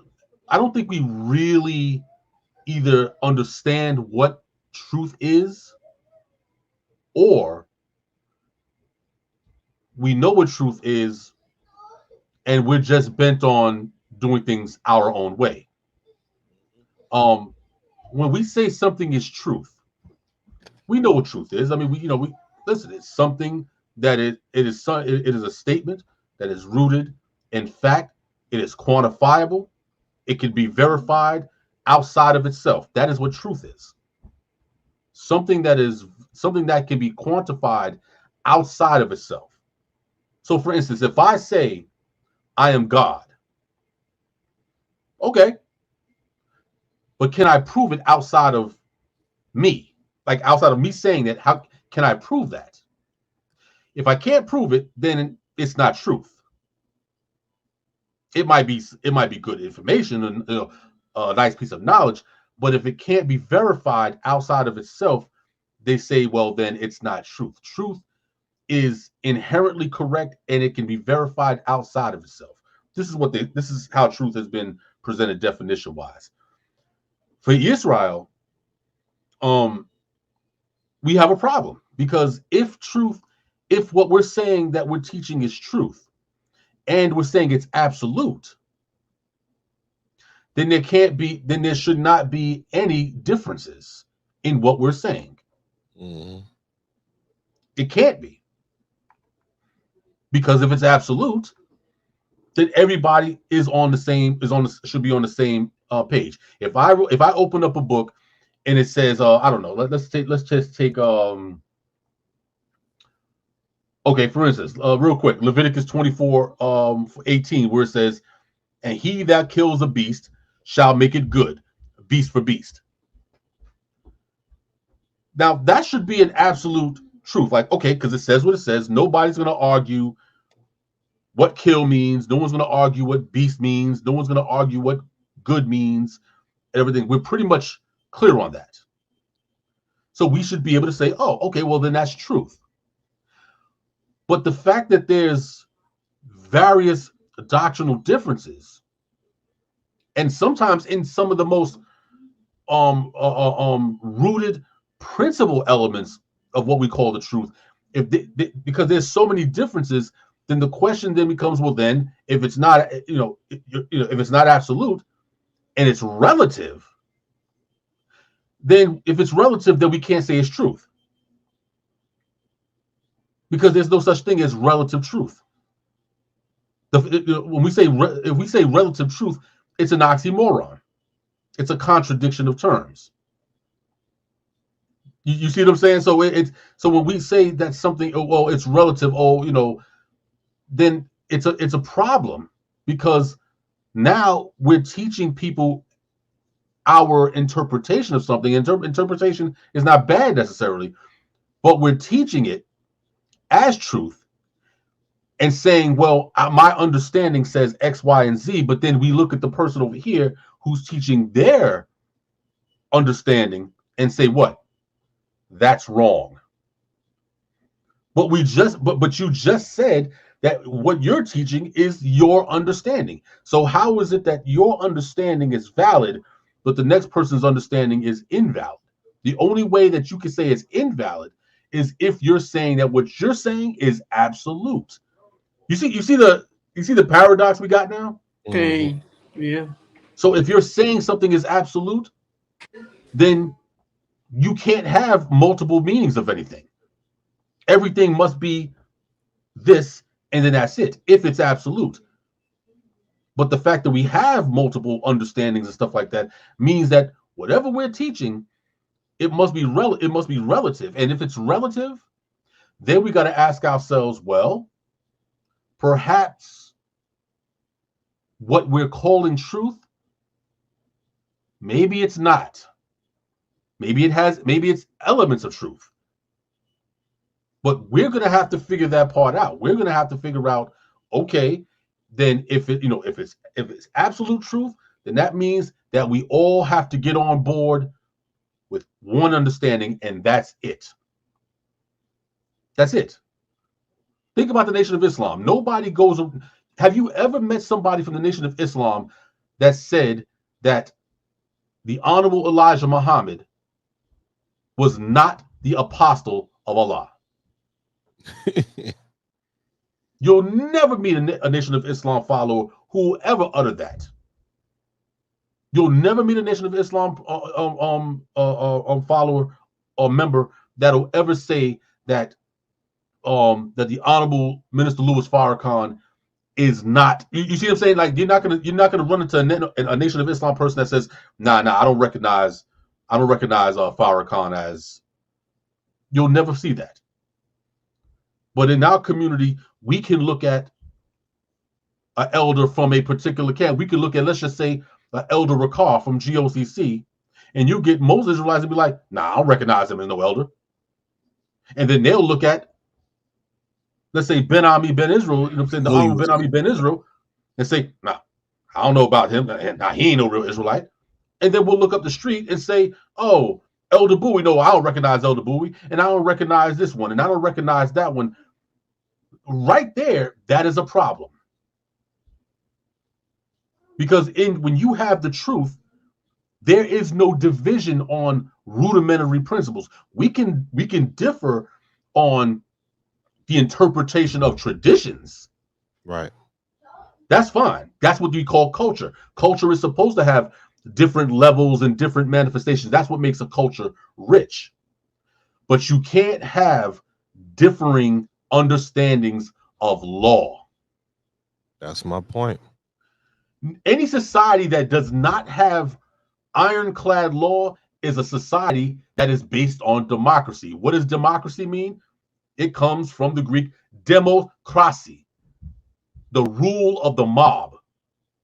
And I mean the mob literally in the sense of people who are chaotic. They have no order. So democracy by definition means the rule of chaos. Demokrasi.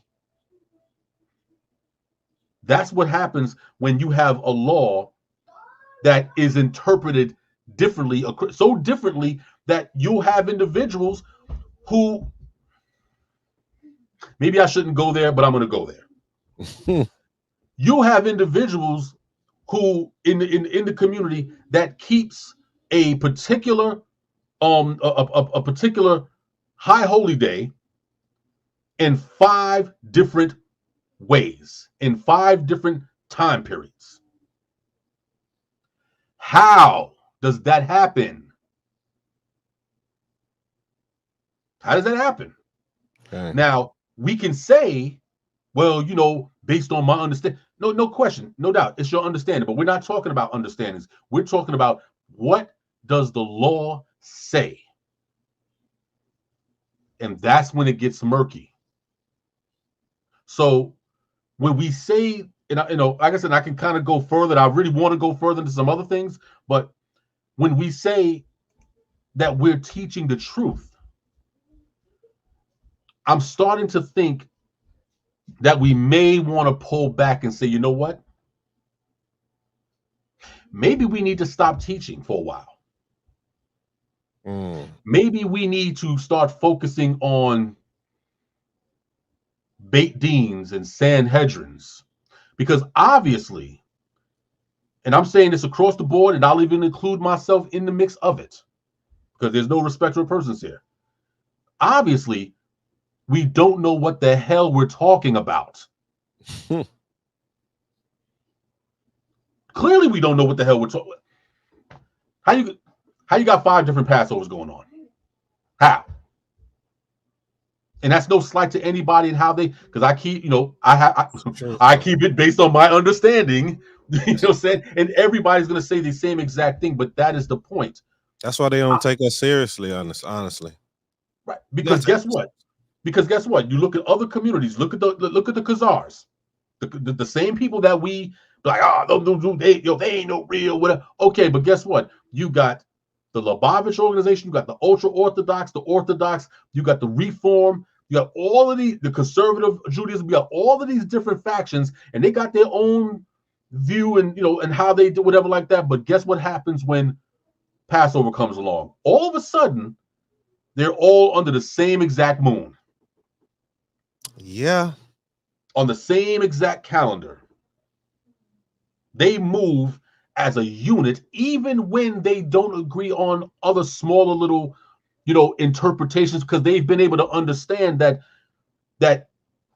Torah is one thing, culture is something else. You're allowed to have differences in culture. Like cooking, for instance. Hebraic cooking. Take all these sisters who get busy in the kitchen cooking. You're not gonna find everybody cooking the same exact way. You can give them, say, here's some, I don't know, here's some chickpeas, make some hummus.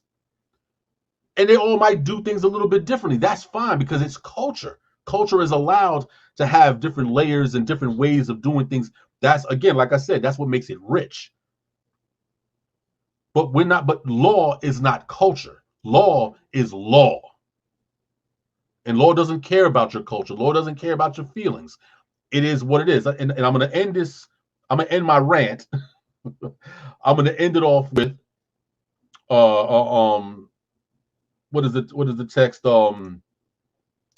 Leviticus 24:22.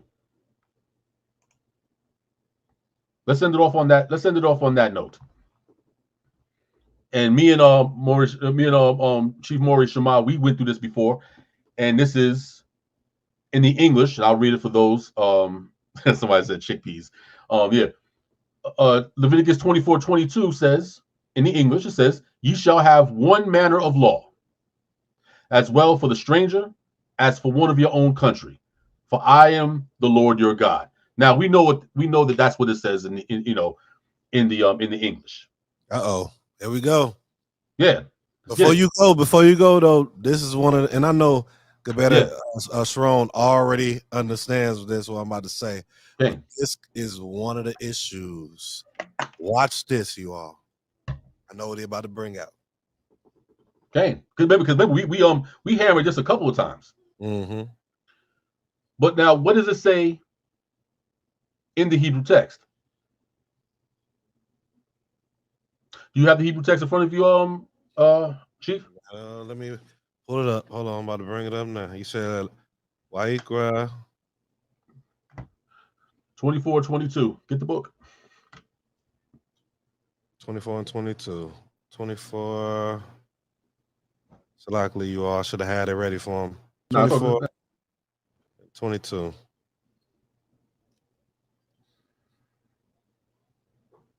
All right. It says Mishpat Echad. Yehye lachem kager ka'azrach. Yehye ki ani yehye Elohim. Okay.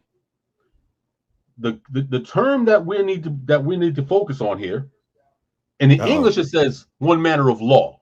Now we know what law means. We know, okay, yeah, law. You know, this commandment and this judgment and whatever, you know, all of that good stuff. It's the law. One manner of law. But that's not what the text says. That's not what the Hebrew text says.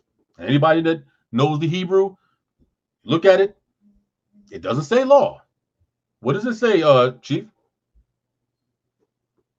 Mishpat. And what is mishpat? Well, from my understanding, remember that go to understanding. There we go. Think of shofetim. In this word mishpat, you have the shin, the pe, and the tet. Shofat. So I would think one judgment. Judgment. One judgment. Not one law, but one judgment. And what is a judgment? If we're looking at it from a legal standpoint, a judgment is when you take laws and you take circumstances and all of the nuances of a case. All right, we got to look at this situation and weigh all of this together under the law, and then you bring forth what they call legal precedents. That here's the law. The law says this, the law says this, the law says this, but based on the circumstances of a situation, and we bring all of that together and we consider all of that, that's when you come with a judgment. It's the same thing that they do in court. They quote case law. They listen to the testimony of various witnesses. And what does the judge do? He retires to his chamber, and he takes all of that information. He takes his case law. He takes the circumstances of the case and all of these different elements, and then he returns with a what? My judgment on this. That means that we're not just talking about having one law. We're talking about even our interpretation of it has to be one. There is no more. There is no room anymore for my interpretation or this person's interpretation. This scripture tells me, at least it tells me that no, you shall have one judgment. And can I jump in and just add some sprinkles on it as to if people are wondering, okay, I'm getting what you're saying, but what does this mean? Think about it. All the various camps, all the various communities, and this is why I was trying to go to when we were speaking earlier. We all got this law. We all got the same law, but all of us have different judgments. So this don't say one law. Remember, we all have the same law.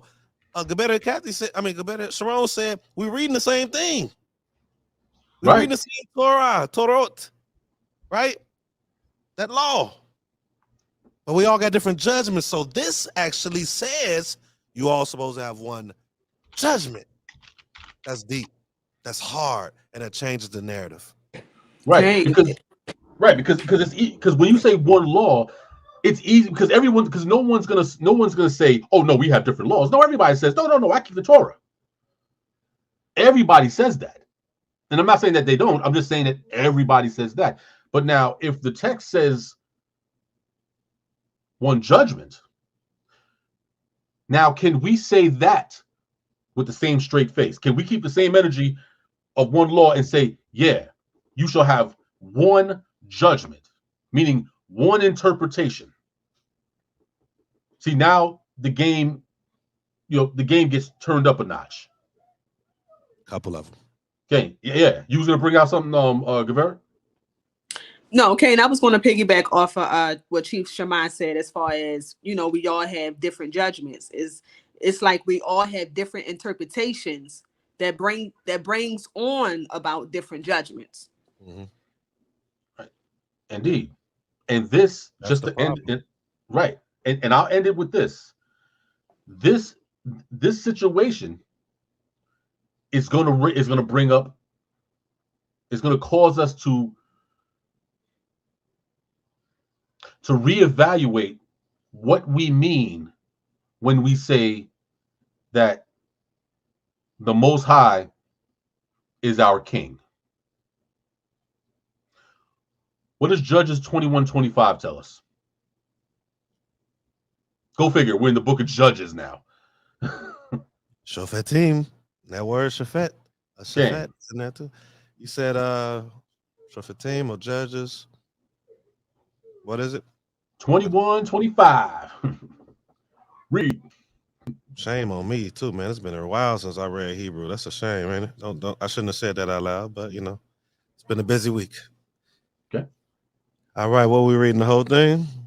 Yeah, just 20. Yeah, just 25. All right. Bayamim Hahem in Melech Beyishrael Beyishrael in Israel. Ish Hayashar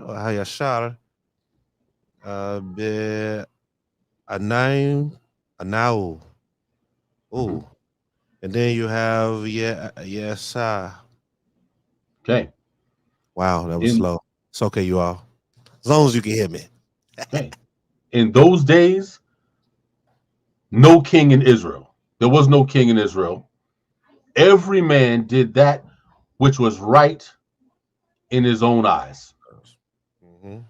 Now we know that we're as a people, we are in that mentality of everybody's pretty much doing that which is right in his own eye. Now that's not necessarily a negative thing, because it says, you know, because that doesn't mean that everybody's wrong. It just means that everybody's doing that which is right in their own eyes. Why?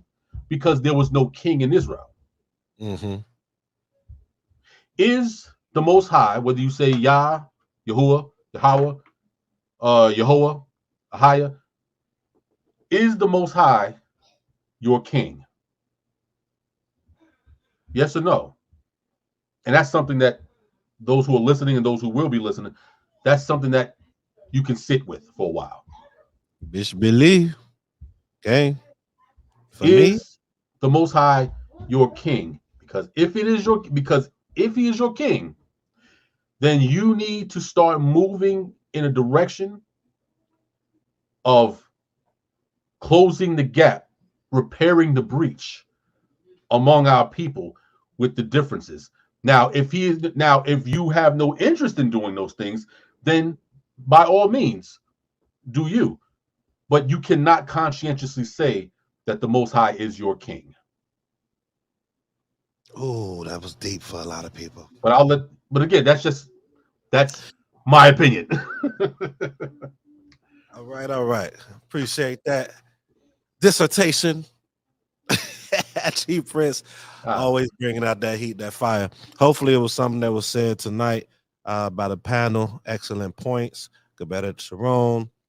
Pray for Gebeta Kathy and her Mishpachah family. Okay. Please come back next week every Yom Hamishi at 8 p.m. Eastern. I got to start saying now. 7 p.m. Central. We're going to be tackling a lot of stuff. And please let that Leviticus 20 what? 24? 21, 25, or 24. 24. Let that sit. Let that marinate a little bit, you all. Leviticus 24, 22, actually. 24, 22. I mean, and at the end of the day, you know, it's just a thought to make us think. And if we could get everybody to think on that, then perhaps there can be a change. But if we don't think on it, it won't be. So with that, I'm going to play the last song for this evening. Afterwards, we're going to close out.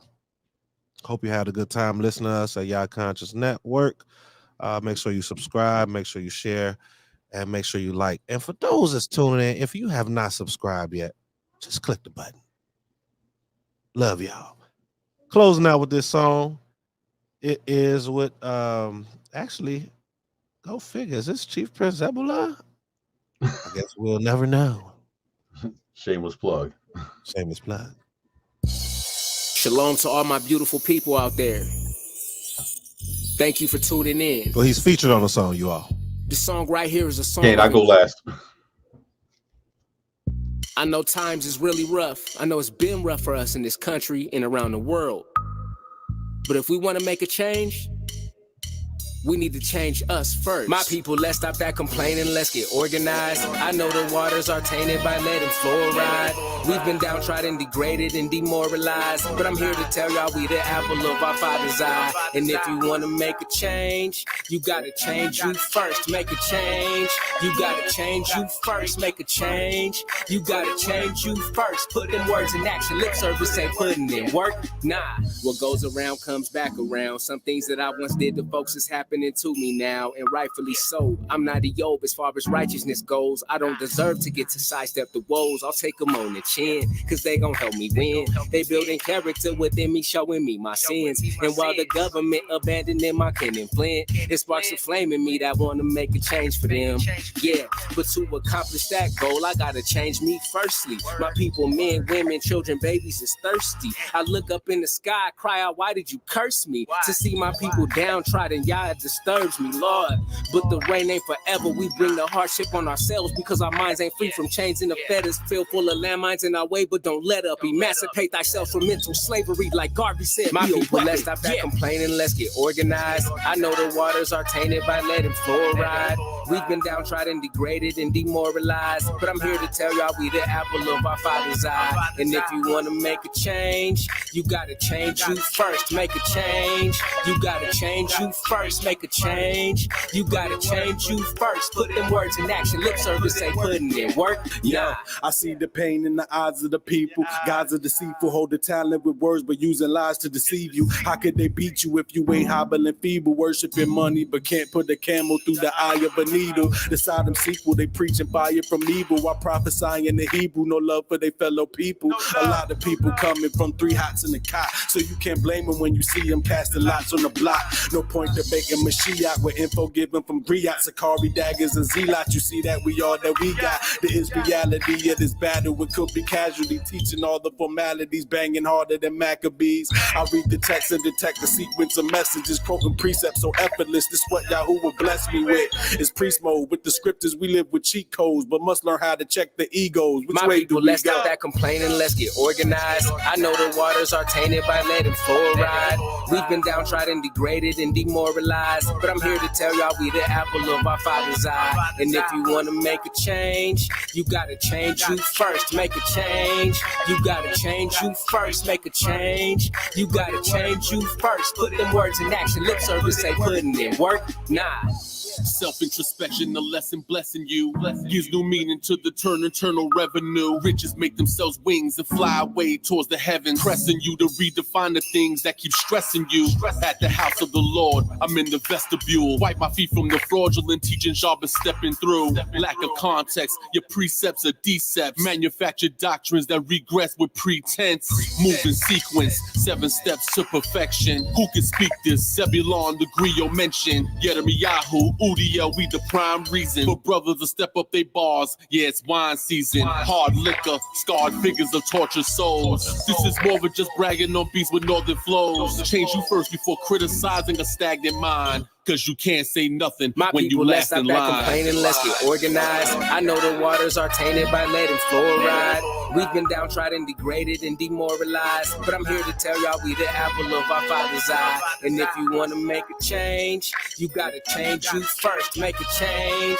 You gotta change you first. Make a change. You gotta change you first. Put them words in action. Lip service ain't putting in work. Nah. Ooh, okay. Okay. Y'all heard him. Y'all heard Chief Prince at the end. You know what I'm saying? And then it fit. It literally fit the last thing that we were talking about. Change you first, right? So, man, appreciate you all tuning in. May the Most High bless and guard you all, keep you all. And until next time, stay righteous. Hallelujah. I'm gonna start saying it. I just came up with that right now. See ya.